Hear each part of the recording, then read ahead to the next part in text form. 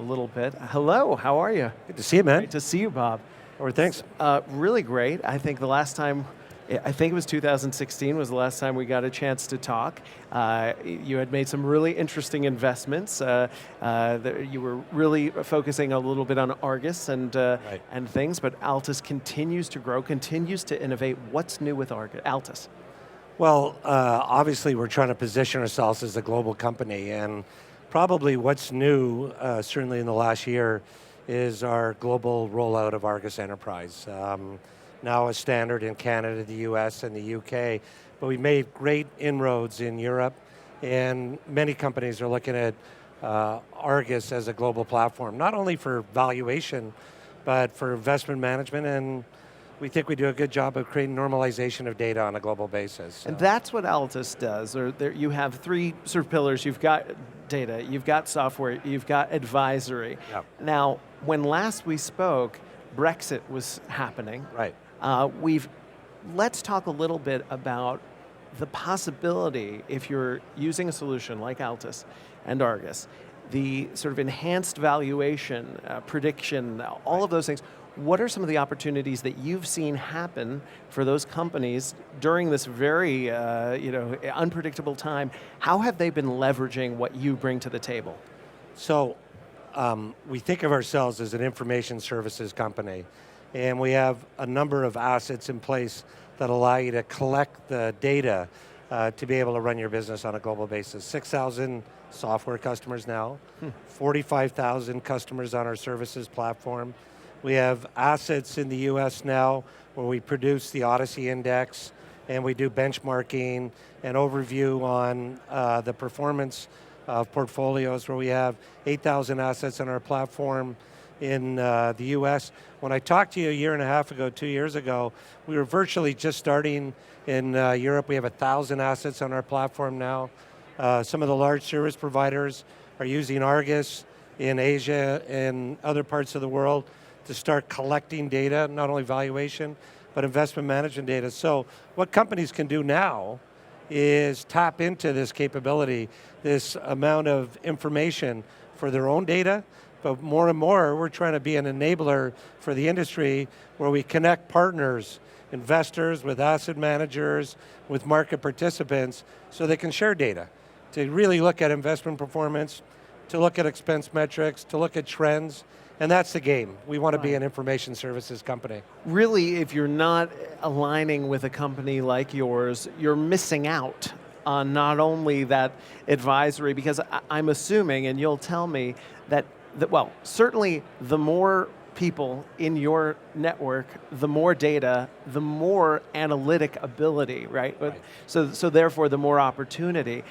What do you think what's the end game here, right? Because you're becoming this global data powerhouse. What is this going to enable you to do 5 years down the road? Yeah, like we see ourselves playing an important role in terms of looking at performance across all different real estate asset classes, debt, equity, the ability to create liquidity in the markets, to understand risk. When you have a Brexit, to look at the implications of Brexit on a portfolio or a type of asset, not only in terms of creating a fair market, but to look at investment opportunities. Because when you start thinking about this asset class is moving to a true global investment category, new factors come into mind: currency, risk, the ability to understand weightings by asset class, and that truly is a global game. And so for us, we want to be the company or one of the companies that's giving visibility to these large institutional players, but also creating value in local markets. What are you doing on the software front? Let's look at the software from 2 years ago till now. Right. What have been some of the improvements and some of the innovations that you're bringing? Well, there's 3 different axes that we have to participate in. The first one is to continue to drive globalization. So we now have capabilities in our product that allow you to operate your assets in more global markets. So the UK, now we're doing work in France and Germany. So you can look at using that technology inside your market. But then we are also focused on the ability to actually create capabilities to be able to look at your portfolio on a global basis. Functionality, doing a lot more work in things like sensitivity analysis, portfolio analysis, the ability to do budgeting, to do forecasting, and finally, we're doing a lot of work on modernization, putting data in the cloud so you can actually operate the information on a global basis, but also in a way that allows you to give that information to your customers, to your investors, the ability to actually develop APIs, modern APIs with other participants in the market, to be able to take your information and aggregate in a way that you can control your business. So we consistently operate on those three dimensions, and you talk about Brexit as a market. 2 years ago, we probably had 150 employees in the UK market. We're over 600 employees in the United Kingdom now, and growing fast. What, as we conclude, Bob, what would you say is the opportunity you're most excited to be offering consumers and customers of Altus as we move forward toward 2020?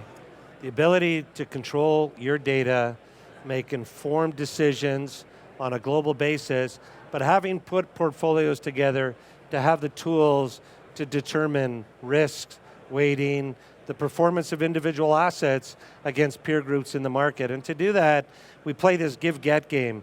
We're really trying to influence or encourage our customers to contribute their data for the benefit of their own portfolios, but also for the benefit of the industry. That's right. Bob, any other last thoughts to the people watching at home, the people here at RealCom 2018?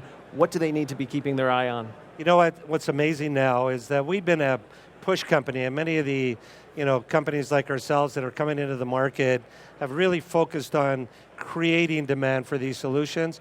But now we're seeing a consumer-led paradigm going on where companies like Blackstone and Brookfield and CBRE GI are taking these technologies and propagating them globally, and that's going to increase the speed and adoption of technologies on a global basis. It's happening now.